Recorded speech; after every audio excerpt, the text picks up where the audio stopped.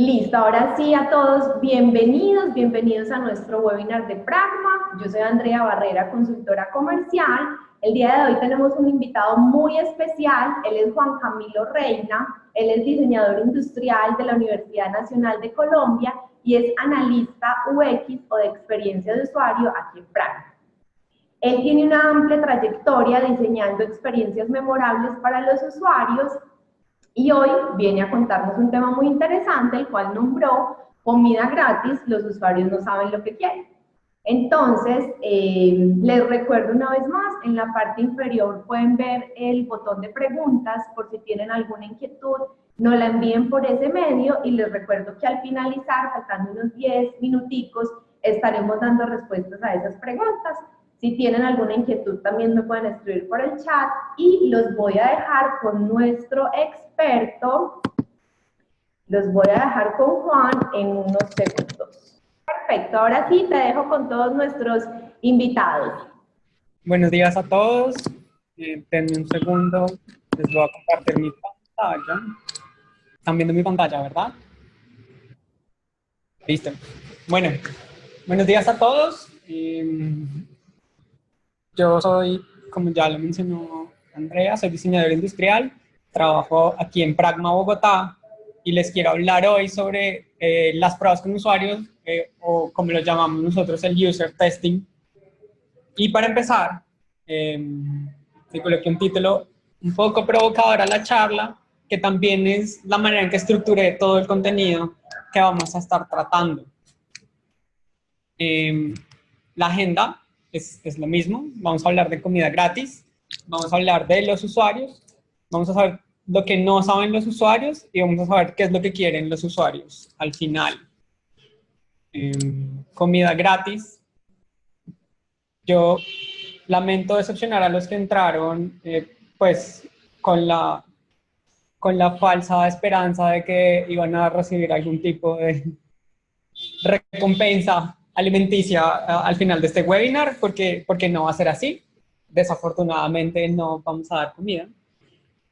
Pero sí se van a llevar algo, y se van a llevar un poco de lo que está sucediendo en alguno de nuestros proyectos. Se van a llevar algunos de los ejemplos que he tenido que vivir en mi experiencia profesional, y se van a llevar algunos consejos de cómo entender lo que los usuarios quieren. La comida gratis también es un elemento provocador de este webinar, porque es lo primero a lo que uno se enfrenta cuando hace pruebas con usuarios, cuando somete sus productos o servicios a la validación con personas reales que van a usar eso al final, y uno tiene que encontrar un elemento que los llene a ellos, y se trata de convencer a alguien, muchas veces de la calle, un montón de desconocidos, de que sin ninguna razón dediquen un ratico de su tiempo a charlar con uno y hacer lo que uno le pida por, no sé, 45, 60, 90 minutos, así, de chéveres.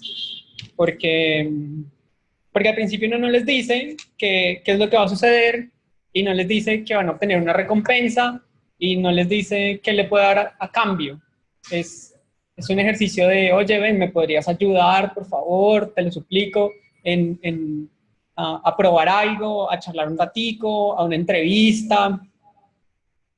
Y generar ese primer elemento, ese primer contacto, no es fácil, y ese contacto quise transmitírselo a los que están conectados con una promesa pues, que no va a cumplir, pero para que lo entiendan. Y hay otras razones asociadas al por qué poner esto como título de la charla, y es que las personas que estamos metidas en este rol de user experience, callamos un montón de cosas intentando representar los intereses que tienen los usuarios de los productos y servicios que nos encomiendan diseñar, o probar, o validar, o criticar en muchos casos. Y hay muchos comentarios asociados a que la culpa es de las personas que lo usan. pensar que cuando alguien va a entrar a un edificio y ve una puerta y dice jale o empuje y hacen todo lo contrario, es culpa de esa persona por no leerlo. Y en realidad no lo es. La culpa es de todas las personas involucradas en el proceso de poner esa puerta en ese lugar tan mal puesta, de los diseñadores que se les ocurrió poner un asa que no comunica correctamente lo que se debería hacer, si jalar o empujar, de los arquitectos por escoger esa puerta, seguramente porque era más linda que las otras, y de los elementos comunicativos que no existen para compensar que esa puerta sea un desastre en términos de usabilidad. Entonces, muchas de las pruebas empiezan así. Empiezan con elementos de provocación, no necesariamente con comida, pero sí con preguntas que llevan a cualquiera que esté involucrado en el ejercicio a pensar algo al respecto de lo que le estamos poniendo a evaluar. A pensar algo sobre esa puerta, por ejemplo, a pensar algo sobre un e-commerce, a pensar algo sobre un formulario de registro, a pensar algo sobre un login, sobre una página de consumo de contenido en video o en texto. Y es la intención inicial porque,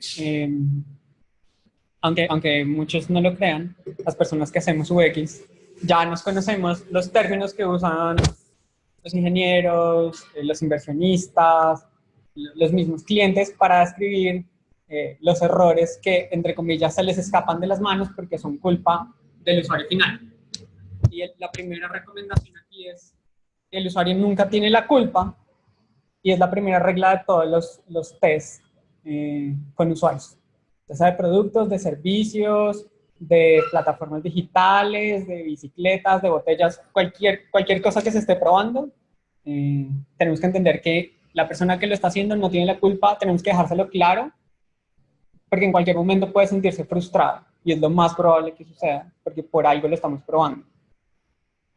Y bueno, hay otra razón importante para hablar de comida gratis, y es que, aunque no debe ser evidente para ninguna persona durante las pruebas, ni antes de las pruebas, si hay un elemento de compensación o un incentivo que valida y que reconoce todo lo que nos importan esos comentarios que nos hacen, toda esa dedicación de unos minuticos de su tiempo para responder unas preguntas, para ejecutar unas tareas, y es importante que también lo tengan presente como tienen presente su producto, su servicio, y como valoran su propio tiempo y todo lo que han invertido desarrollándolo, todas sus trasnochadas, todas sus frustraciones.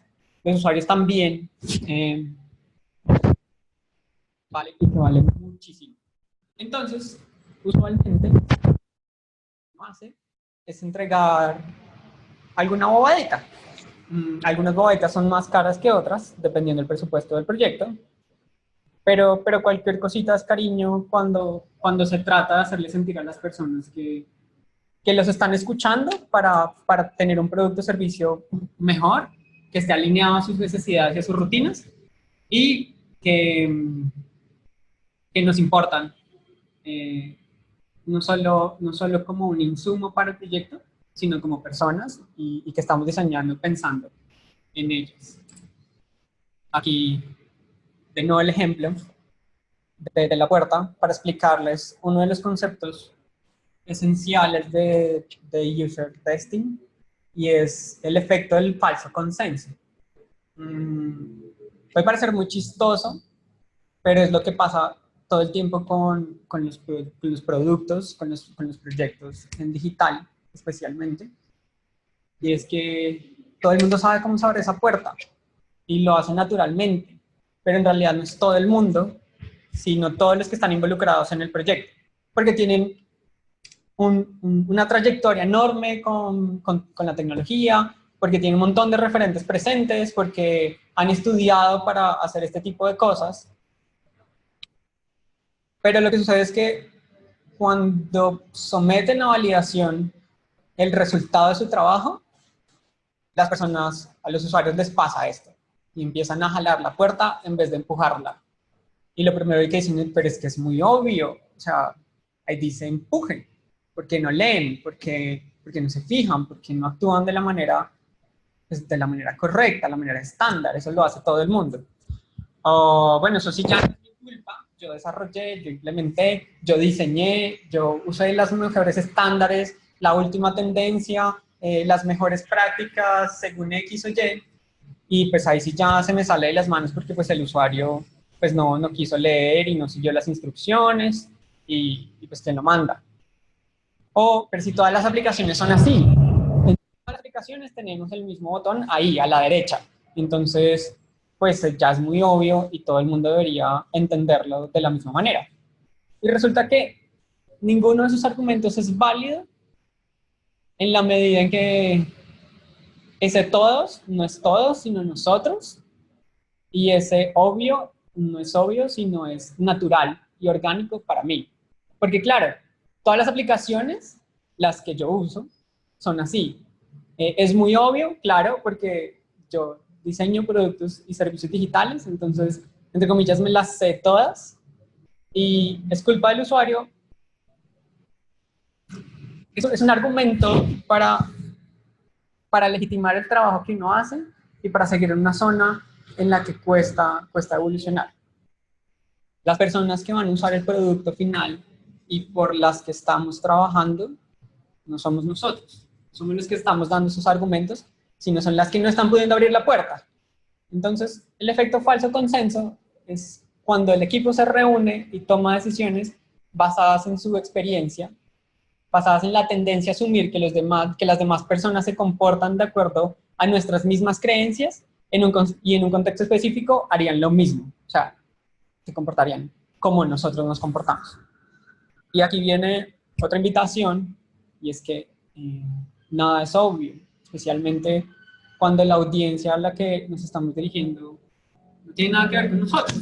Si estuviéramos, no sé, diseñando una aplicación para personas entre los 22 y 27 años que trabajan como user experience, bueno, tal vez podamos decir que hay cierto sentido en las afirmaciones obvias, pero aún así nos vamos a encontrar muchas sorpresas, muchísimas sorpresas. Y hay un ejemplo muy sencillo de una aplicación para niños que estuvimos diseñando hace un tiempo en otra organización.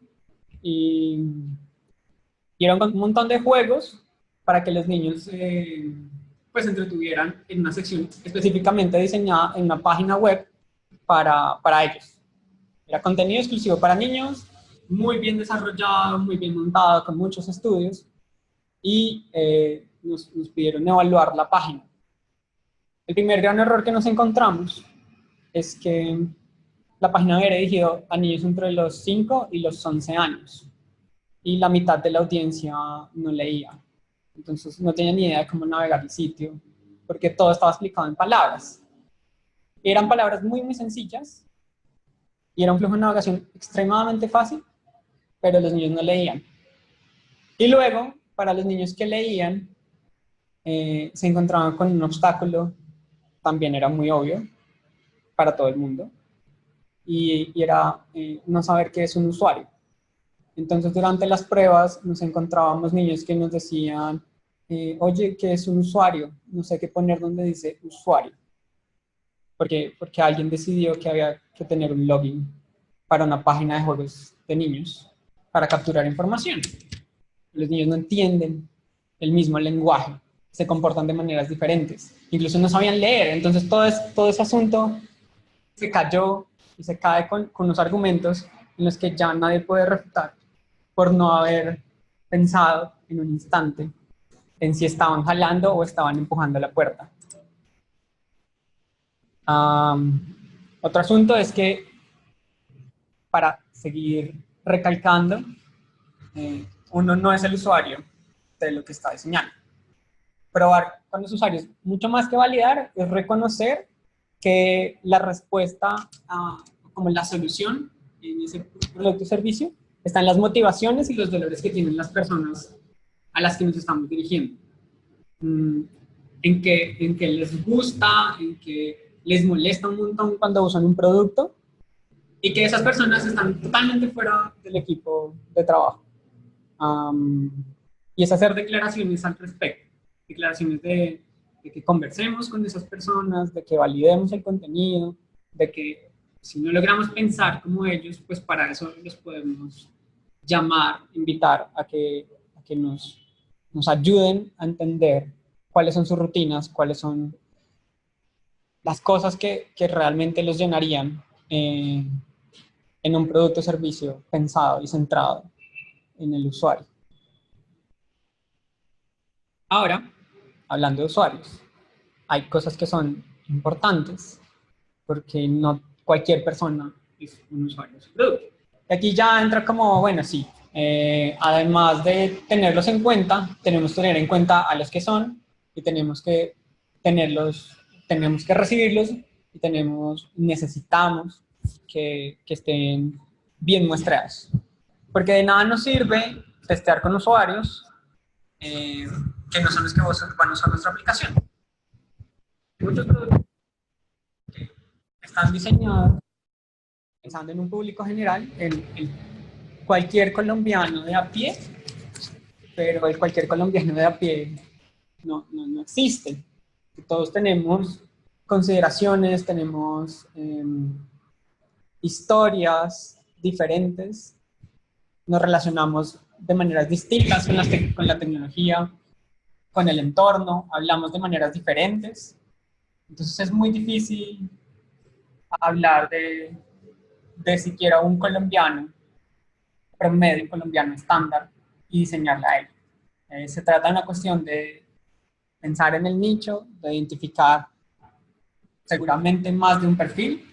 Para muchas aplicaciones, para muchos productos digitales, podemos llegar a tener 6, 7 arquetipos de personas distintas para los que tenemos que pensar flujos que se acomoden, interacciones que se acomoden, atajos para los más avanzados que les resuelvan las tareas mucho más rápido, pero esencialmente escucharlos y entender todo lo que ya les venía comentando. No, uno no es usuario, pero además tiene que entender que los usuarios son diversos y que pueden estar en diferentes colores y tamaños. Y aquí podría empezar a generarse la duda de cuántos usuarios necesito, si mis usuarios son muy diversos, si las personas para las que estoy creando esto son difíciles de encontrar, son un público muy específico. Y la respuesta es que se necesitan muy, muy poquitos. Y ya les voy a contar por qué. Pero antes, quiero que entiendan y como que se lleven también de esta charla, que antes de empezar a diseñar cualquier cosa, es importante tenerlos muy bien rastreados y saber que podemos contar con ellos en cualquier momento. La etapa más difícil de una prueba de usuario, la que más tiempo gasta e incluso la que puede llegar a costar más de otras cosas, es el reclutamiento. Y es porque uno llega con sus hipótesis en diseño, en pantallas o hechas a mano o con un protocolo muy bien resuelto de una entrevista y no sabe con quién probarlo, no sabe a quién ejecutárselo. Entonces, al tiempo que van pensando cómo se va a resolver el login, cómo se va a resolver el encendido, el apagado, el jalo, el empuje de la puerta, también resuelvan con quién lo van a probar. Y la buena noticia es que no necesitan mucha gente, necesitan 5 personas, es lo esencial, como lo ideal incluso para cualquier proyecto. 5 personas por cada sprint, que preferiblemente sean siempre 5 personas diferentes. Y alguien puede preguntar, bueno, pero si estamos hablando de una audiencia de 30.000 médicos, ¿cómo va a sacar ese muchacho conclusiones con 5 personas, con 5 gatos ahí aparecidos? Y es que no estamos hablando aquí de investigación cuantitativa, porque no nos interesa una muestra representativa, aunque sí nos interesa que estén bien representados los usuarios, sino nos interesa entender la mayor cantidad de problemas más evidentes, y van a empezar a salir de la siguiente manera. La primera persona nos va a empezar a mostrar cosas que no sabíamos, y vamos a empezar a tener algunas revelaciones sobre las que vamos a tener muchas dudas si son ciertas o no son específicas de ese usuario. Con la segunda persona nos vamos a dar cuenta que algunas de esas cosas se repiten y que hay algunos otros errores o aciertos importantes durante ese flujo, durante esa navegación, durante esa validación de diseños o lo que queramos hacer. Y luego con la tercera persona nos vamos a enterar de el 60, el 80% de los errores más comunes. Y aquí quiero parar un segundo para compararlo cómo sería una investigación cuantitativa versus esta que es cualitativa. Y es que después de analizar 45 minutos de video, por ejemplo, de 3 personas, vamos a entender que ninguno puede resolver alguna de las tareas, que nadie puede entrar al sitio porque el login es muy difícil, que nadie, o que todas las personas les toma al menos 2 veces para enterarse si tenían que empujar o alar la puerta, versus el análisis de una investigación cuantitativa que tomaría muchísimo tiempo para descubrir lo mismo, descubrir cosas que son extremadamente evidentes incluso desde el primer usuario, como que los comandos del teclado que usan no son los mismos, como que muchos usamos Mac y damos por sentado que las cosas funcionan igual en todos los computadores, y resulta que tenemos que configurar los desplazamientos y todo para un usuario en Windows, porque suele suceder. Luego, con la cuarta persona, lo que vamos a tener son validaciones importantes sobre qué deberíamos priorizar de las revelaciones de las anteriores. Y con la quinta vamos a tener un contexto más claro de nuestra ruta a seguir para ese siguiente sprint. La sexta ya va a empezar a ser aburrido porque va a ser más de lo mismo y va a ser recalcarle a todo el equipo que pues hay cosas que están muy mal. Y aquí es importante que no se asusten, porque los test de usuario, aunque pueden ser muy, muy chéveres, también suelen ser muy dolorosos, especialmente cuando hay más observadores que están involucrados en el proyecto. Es muy lindo, y lo que yo recomiendo mucho, que por ejemplo estén personas que definen cosas de negocio, que están implementando, diseñadores, desarrolladores, perfiles cercanos a los usuarios e incluso los inversionistas, y puedan ver qué está pasando bien y qué está pasando mal con el producto.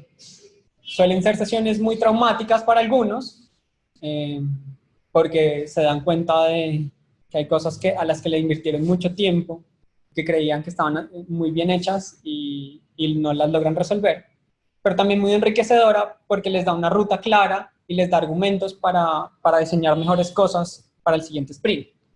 En el siguiente sprint se hacen mejoras y se puede volver a validar con otras 5 personas que deberían ser diferentes, que no deberían conocer el producto. No saben,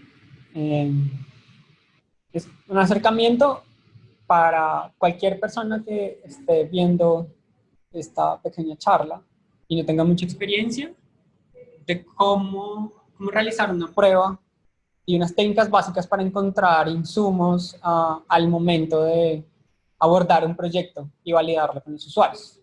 Y son 3 técnicas muy, muy, muy básicas que les va a ayudar incluso si no tienen un equipo de UX, o si están empezando a tenerlo y quieren involucrarse en el proceso, que es lo más recomendable.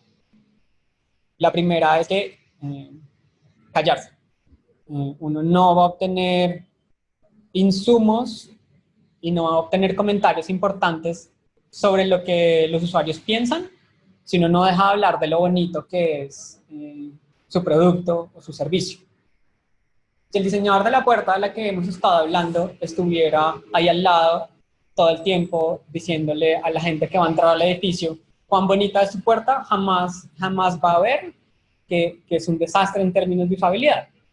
y va a estar echándole flores y va a decir, es que el mango tiene el tamaño perfecto para poder agarrarlo, está a la altura adecuada para poder jalarlo o empujarlo, tiene un color que está muy de moda, es de cristal, entonces se puede ver el interior del edificio, pero no va a notar que la gente no le va a importar ninguna de esas asombrosas cualidades, porque no le están dejando entrar al edificio, porque está tomando más tiempo y porque es una tarea muy tonta como para gastar tantas neuronas en procesar si tengo que jalarla o empujarla. Lo primero es dejar de hablar y darle rienda suelta a las personas que invitamos a ser parte de la prueba. No es fácil, y cuando tengan la tentación de hablar, deberían hablar repitiendo lo que dicen los usuarios y en los momentos adecuados. Si un usuario hace una pregunta y queremos más información acerca de eso, o hace un comentario como, ve, eso no nos dice mucho, es súper ambiguo y no podemos documentarlo. Pero si repetimos ese, ve, que ve, podemos entender y empezar a rescatar más información. Ve, no, es que, pues chévere ese color. Bueno, al usuario le gustó el color.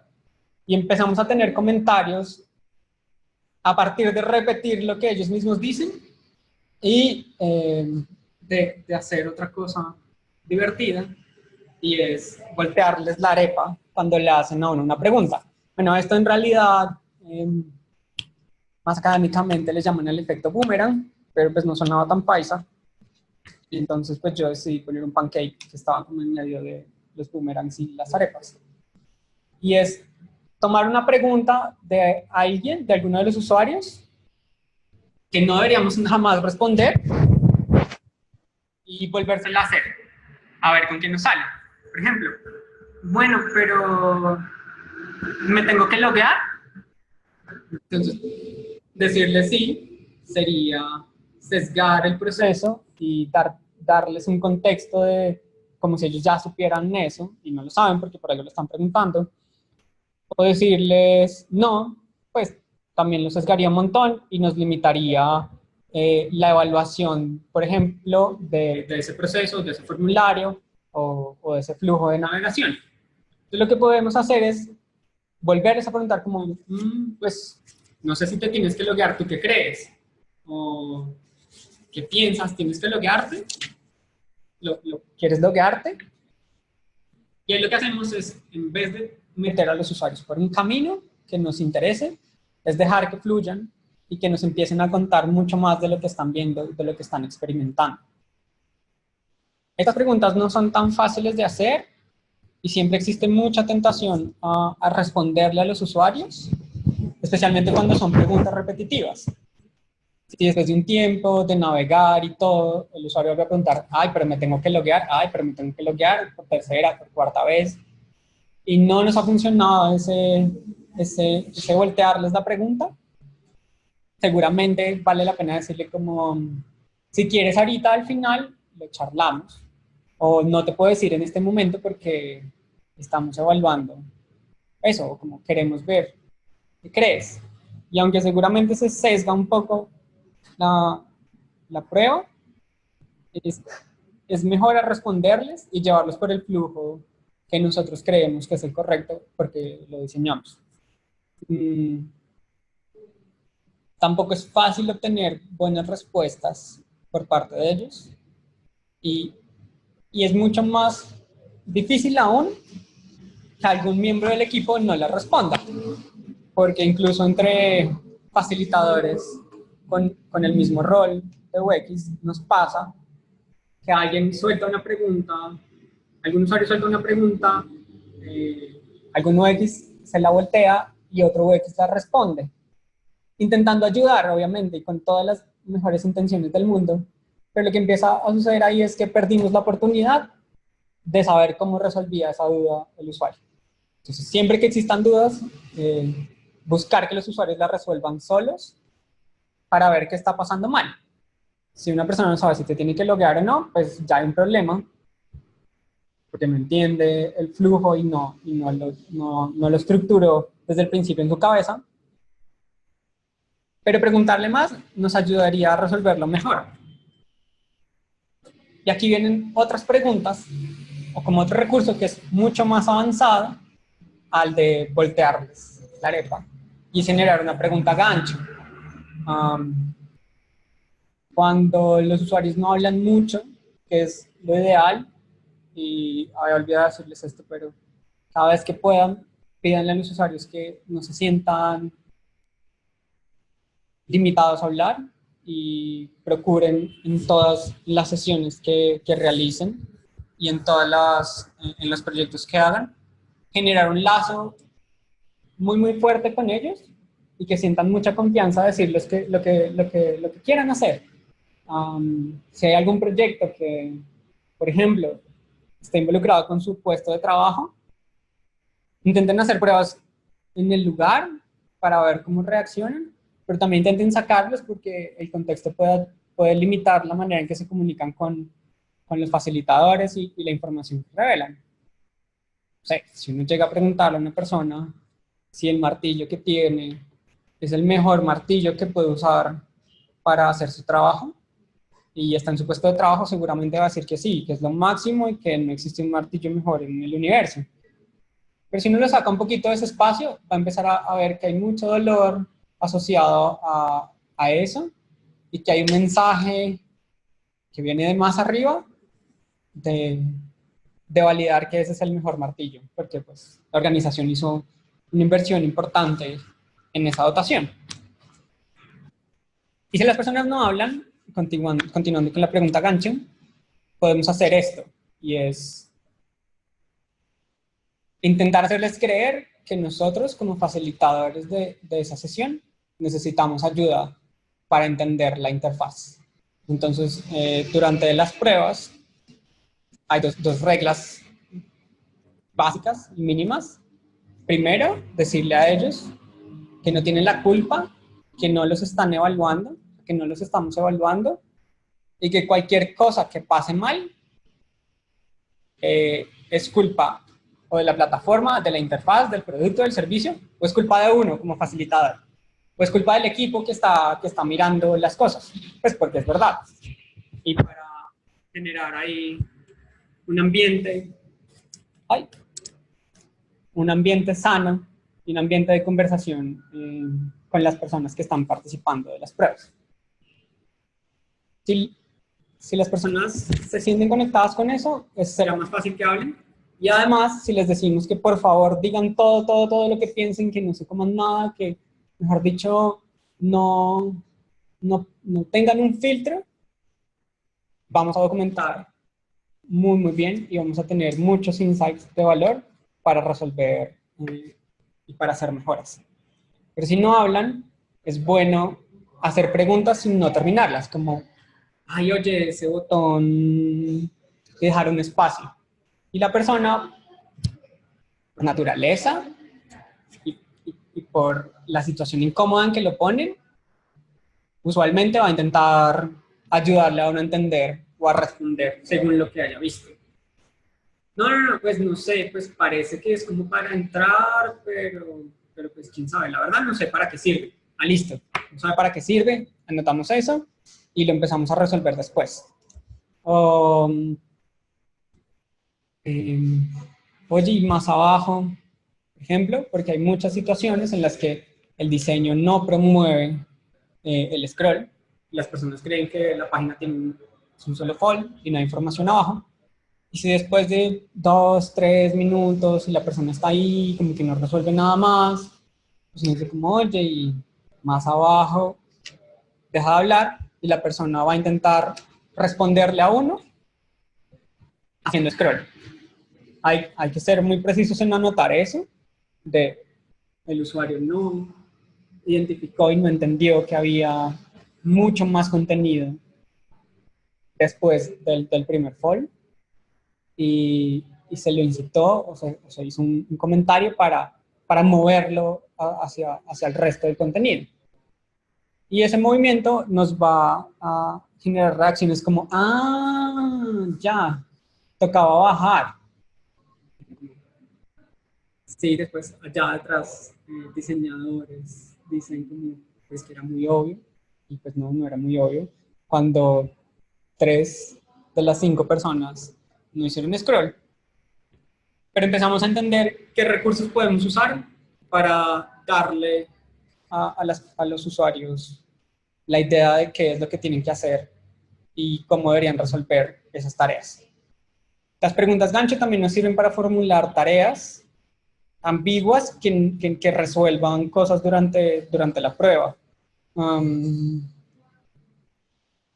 Muy académicamente, uno tiene unas tareas y un protocolo estándar que tiene varios elementos como una bienvenida, un saludo, un escenario, y a cada escenario una serie de preguntas. Uno puede tener diferentes escenarios, como imagínate que te contaron que hay una nueva página para hacer compras por internet y quieres probarla a ver qué tal y vas a gastar 100.000 pesos.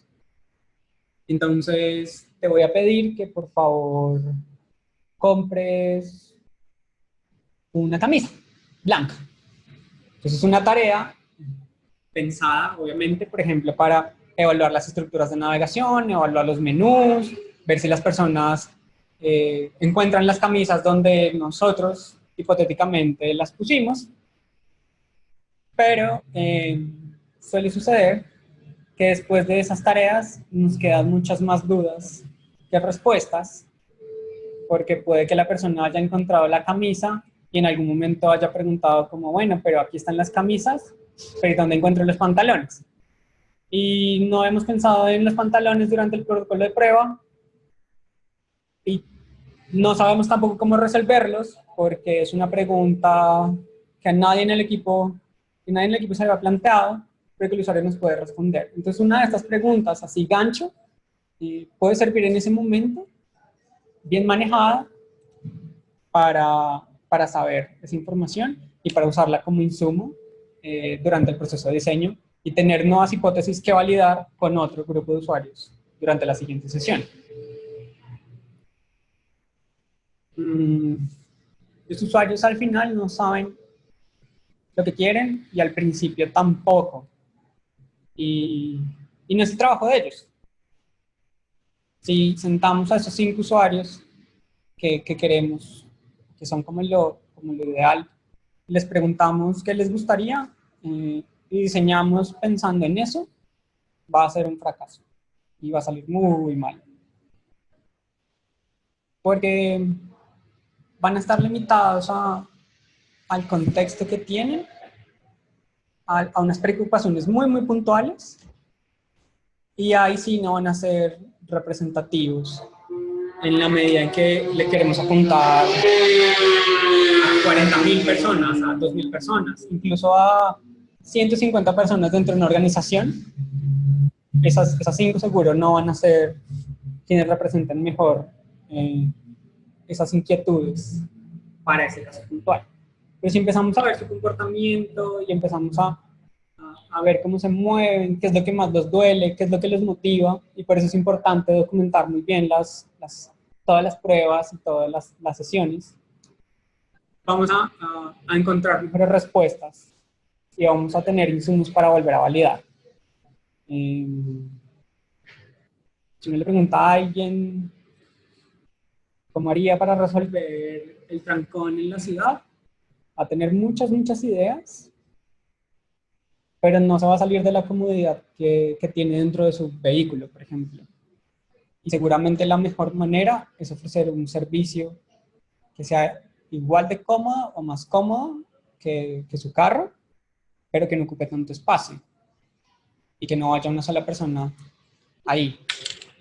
Y seguramente eso no va a ser algo que nos digan los usuarios, sino que vamos a entender al ver que esa persona usa ese carro porque va muy bien sentado, porque se puede tomar un café mientras va de camino a la oficina, porque puede coger la ruta que quiera, porque puede escuchar la música que quiera, pero no por el carro, sino por esas motivaciones, esas rutinas y también los dolores.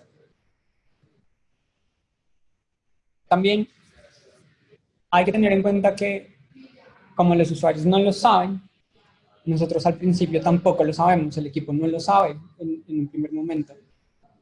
Y si creen que lo saben, porfa, piénsenlo dos veces porque seguramente no es así, a menos de que sean muy suertudos y hayan encontrado una monedita de oro que ya esté muy bien resuelta, o que no se den cuenta y estén haciendo algo que alguien ya resolvió.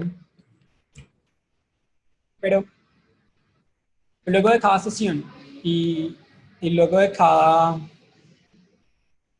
estado y cada entrevista con cada usuario y cada prueba, vamos a entender muchas cosas que nos van a impactar, que nos van a doler mucho, porque las pruebas con usuarios no son para echarse flores. Quiero que lo tengan muy presente, que cada vez que lo someten a validación van a sufrir mucho dependiendo qué tanto involucramiento hayan tenido con el proyecto, pero van a encontrar la mejor forma de resolverlo. Y aquí un par de ejemplos. Otra página para niños, y era un ebook, y los niños lo leían, interactuaban con las cosas, y tocaban, y habían sonidos y animaciones muy sofisticadas. Pero después de 3 minutos de prueba, los niños decían, ya no quiero más, se me cansó el dedito. Y se me cansó el dedito sucedía porque todos los gestos de paso de página estaban tomados por defecto, como los traía el iPad en su sistema operativo. Y nadie había pensado en que los dedos de los niños tienen un recorrido menor y que son significativamente más pequeños. Entonces, aunque habíamos tenido un montón de contenido para validar, los niños nunca lo vieron porque estaban cansados al 20% del tiempo de ejecución de la prueba. También vamos a tener revelaciones de una palabra, por ejemplo, que es muy común que encontremos errores, el filtro. Cuando hay una tienda, cuando hay un buscador, cuando hay una lista de elementos y queremos categorizarlos, o queremos que los usuarios lo puedan categorizar y puedan encontrar esa información de manera más fácil, usamos los filtros, que muchas personas no saben qué es un filtro y piensan que es algo para el café, o que es algo como una aplicación de Snapchat, o como una aplicación de Instagram para editar fotos, y no se imaginan que eso puede ayudarles a resolver mejor una tarea. Durante unas sesiones de pruebas, una chica nos tiró el teléfono y dijo, ya no quiero más. De verdad, ya no puedo más con esta aplicación. Y no, ya estoy cansada, ya me quiero ir. Y no es algo fácil de asimilar cuando uno ha trasnochado con el equipo haciendo ese producto y la persona tira el teléfono y dice que es un asco. Pero hace parte del proceso y hace parte de entender que no tenemos la respuesta y por eso la estamos buscando en algún lugar con esas personas, que son las que al final lo van a usar. Y es mucho mejor que eso suceda con esa chica en ese café y que, no sé, se nos rompa una pantalla de un teléfono, a que todo el mundo desinstale la aplicación 30 segundos después de haberla abierto por primera vez. Porque no pueden usarla, porque no entienden cómo funciona, porque habla un lenguaje totalmente diferente al de ellos. Y es otra invitación a no se achanten cuando vean que sus productos son un asco, porque al principio todos lo son. Y por eso estamos hablando de esto, para que eso no suceda cuando ya han implementado todo y cuando ya están en el mercado y vean que nadie las usa, sus productos, sus servicios, porque son terribles. Mejor salir un poquito más tarde y validar las cosas. Y lo que quieren también, y completando esto, es el mejor test de usuario no es el que uno no puede pagar,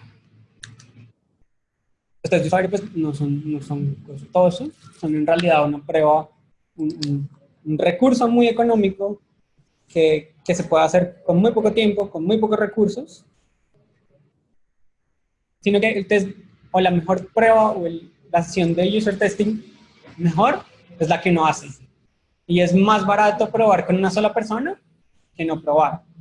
Porque independientemente de lo que pase durante la prueba, así los usuarios lo odien, como sucede siempre en las primeras pruebas, y no entiendan para qué funciona y digan que para qué van a rediseñar la página, que ya estaba súper bien y que les encantaba, pues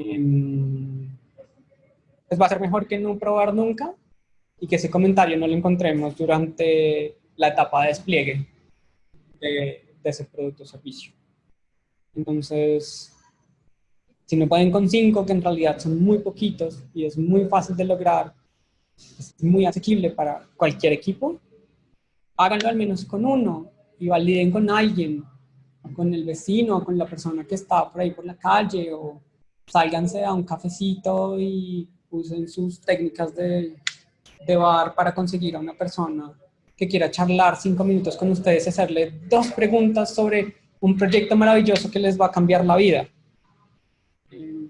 Y al menos una persona, al menos 2 personas, 3 personas, al menos 3, les va a costar, no sé, 3 cafés, o puede que muchas otras cosas sí se ponen a evaluar cosas más sofisticadas, pero va a ser mejor entender qué piensan ellos ahí antes de lanzar la primera línea de código o antes de poner los primeros diseños en forma, que cuando ya no hay nada que hacer y cuando ya cuesta más trabajo solucionar ese gran problema del login, que los login tienen muchos problemas.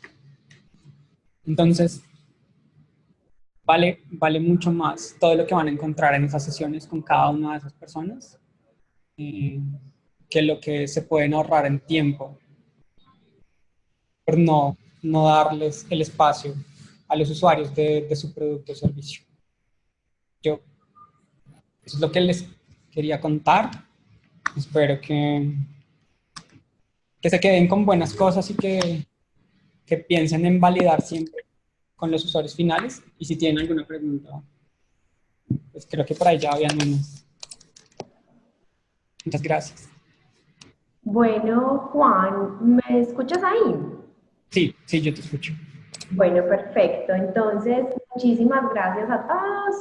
Les recuerdo, por favor, si tienen alguna pregunta o inquietud, nos pueden escribir en la parte de preguntas para que Juan nos responda y podamos como socializar o compartir. Por aquí Camilo nos dice que muchas gracias. A ver, ¿qué tenemos por acá? Por el momento no tengo preguntas. Esperemos un momentico si de pronto recibimos alguna.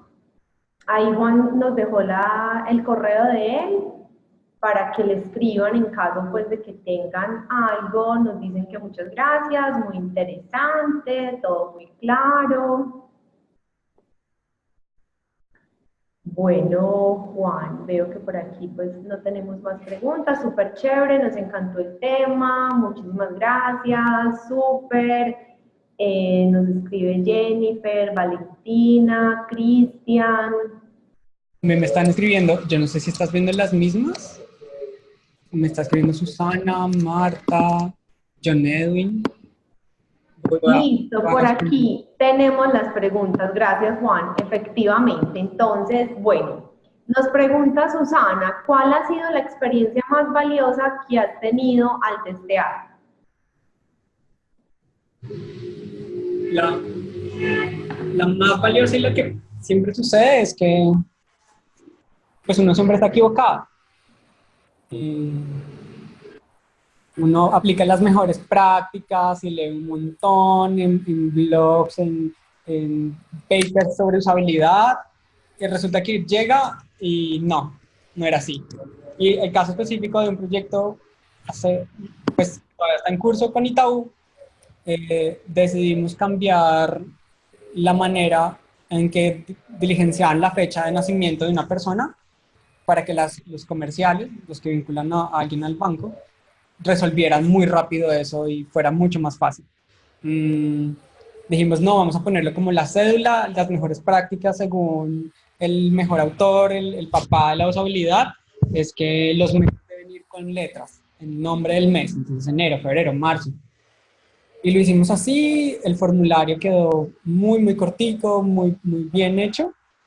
Y cuando llegamos a probarlo, eh, estas personas ya lo resolvían tan rápido, estaban tan acostumbradas a, sin pensar, convertir los meses a números, que esa buena práctica se convirtió en una barrera para resolver las tareas. Entonces, es, es eso. Siempre, siempre, siempre, siempre uno se equivoca.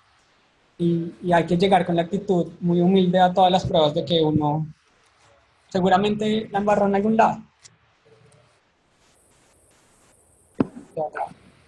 Listo, bueno Juan, entonces tenemos por aquí otra pregunta de John Edwin Monsalve y nos dice, ¿tienes casos reales en el cual el usuario en medio de un desarrollo entrega cambios sustanciales que lleguen a afectar el resto del desarrollo?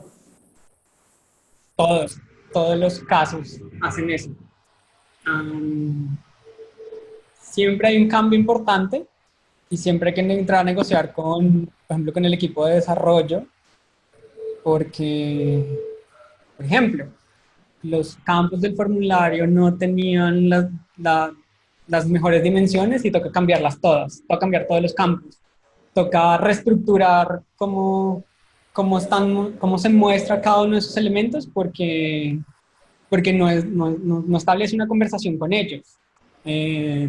Toca cambiar toda la estructura de navegación del sitio porque ningún usuario la entendió durante las pruebas. O toca rediseñar los gestos de interacción porque los niños tienen dedos más chiquitos y toca volver a especificar esos gestos. Toca cambiarle los colores de la página porque no cuadran con la identidad de marca y ningún usuario creyó que eso fuera de una marca a la otra. Siempre va a suceder. Nosotros, como user, o sea, como analistas de UX, nos cuesta muy poco trabajo borrar lo que hemos hecho y empezar de nuevo porque hace parte del proceso. Pero no todos los miembros del equipo tienen como esa misma habilidad, o esa misma soltura, como desapego a lo que han trabajado. Va a suceder siempre que cuando hagan pruebas con usuarios se van a dar cuenta que tienen que volver a trabajar y que tienen que borrar mucho de lo que ya hicieron y que estaba bien desarrollado, bien implementado, pero que no se alineaba a las necesidades de los usuarios. Entonces, no tengan miedo de hacer eso porque los resultados van a ser mejores y si hay que borrar, pues se borra y se vuelve a trabajar. Es mejor. Bueno, creo que ahí, Juan, también respondimos otra pregunta que teníamos de un espectador anónimo y era que si era pertinente improvisar en el caso de que las pruebas de usuario no estén dando los resultados que esperábamos.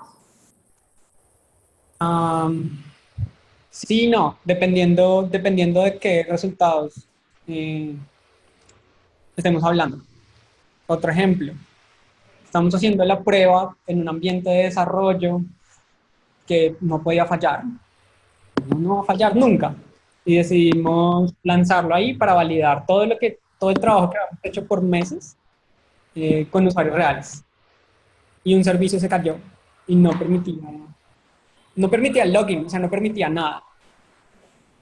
Y pues bueno, ya habíamos citado a todo el mundo y tocó improvisar y hacer una validación diferente, pensar rápidamente otro protocolo, hacer una prueba mucho más corta y buscar qué podíamos ajustar ahí.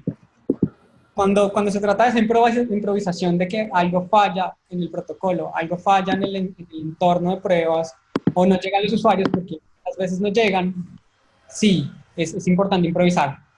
Pero si queríamos validar algo del login y la tarea que propusimos pensada para eso no promueve el uso del login, es mejor validar las otras cosas y dejar eso para una siguiente prueba.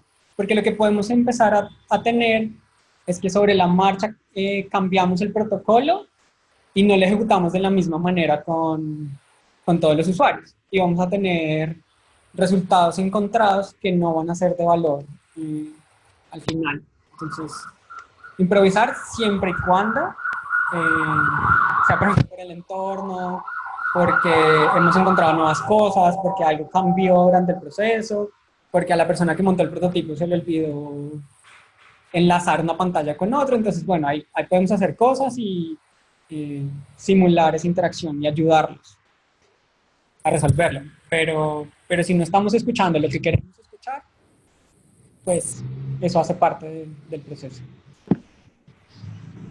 Bueno, gracias Juan. Por aquí tenemos una pregunta y dice, ¿qué opinas acerca de que el mismo equipo de diseño sea quien te esté?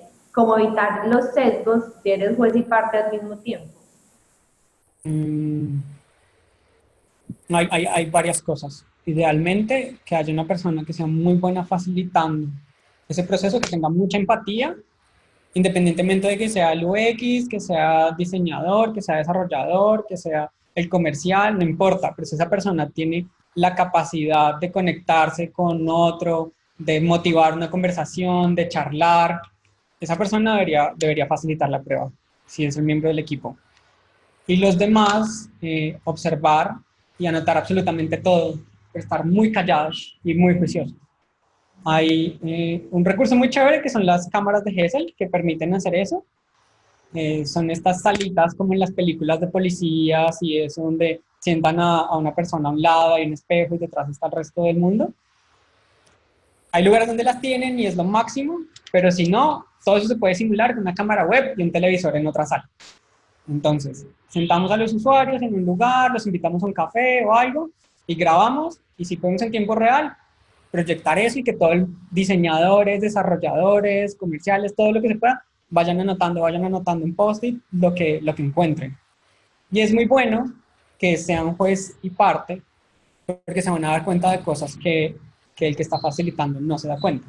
Por ejemplo, una persona está navegando y resulta que en algún momento apareció un elemento ahí en la pantalla y ni el facilitador, ni el usuario, ni el diseñador se dieron cuenta. Pero como era un desarrollador, dijo, pucha, ahí quedó mal configurada tal X cosa, que después puede significar un problema importante.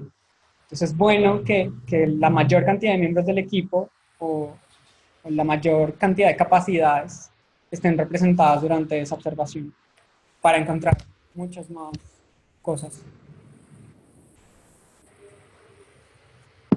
Bueno, listo, Juan. Y nuestra última pregunta es alguien que está muy interesado en el tema y es John Edwin y nos dice, él es un desarrollador actualmente, quiere como dejar un poquito el código, dedicarse más a especializarse en UX. Entonces él nos pregunta qué primeros pasos, como qué documentos, metodologías le recomendarías para que pueda iniciar en esos pinitos. Pues es muy chévere cuando por ejemplo, los desarrolladores hacen UX, porque saben que se puede, ¿sí? Y está ahí el sesgo de que, dependiendo del perfil que uno tenga, le entra en la preocupación de, pero ¿será que eso se puede desarrollar? Y que, por ejemplo, tú sepas eso, sepas que sí se puede, te permite pensar en más interacciones, en cosas, digamos que más alocadas, pero que benefician mucho ese flujo. Los primeros documentos, no sé, encontrar a Nielsen, que es como el papá de la usabilidad, eh, leerse un par de libritos como No me hagas pensar, que también hace parte de la sesión de capacitación de los UX de Pragma. Leerse otro libro muy bonito que lo conocemos como el libro del oso polar y se llama Arquitectura de Información para la, para la web, creo que es así el título, pero bueno, lo encuentras como Arquitectura de Información, libro del oso polar, también es como el libro de cabecera de cualquier persona que quiera hacer esto. Y empezar a revisar documentos sobre UX. Aquí en Bogotá y en Medellín también tenemos comunidades de diseño e interacción. Justo en este momento, esta semana, va a haber un evento que se llama el LILA, el Interaction Latinoamérica, que este año es en Brasil, y pueden seguir la transmisión todos los que quieran. Va a hablar gente muy, muy pro sobre UX, sobre diseño de interacción, sobre desarrollo, sobre Human Computer Interaction. Y el siguiente año es muy probable que la sede de ese evento sea en Colombia. Entonces, va a ser muy cool.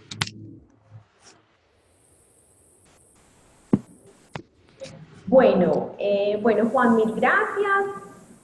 No, ya ustedes. No, muchísimas gracias. Muchas gracias a todos nuestros invitados por la asistencia. Esperamos que les haya servido muchísimo, que se hayan disfrutado de este conocimiento y este pequeño ratico. Los invitamos obviamente a que nos sigan en nuestras redes sociales. Nos encuentran como Somos Pragma en la mayoría de nuestras redes sociales, en Facebook, en LinkedIn, en Twitter e Instagram. Y bueno, los esperamos en nuestros próximos webinars. También en nuestra página web de Pragma se pueden inscribir al blog para que estén enterados de todas las noticias y no se pierdan todo esto que estamos haciendo. Y Juan, muchísimas gracias. No, y a todos los que participaron, de verdad, qué emoción. Listo, súper, gracias a todos. Nos vemos en una próxima oportunidad. Chao.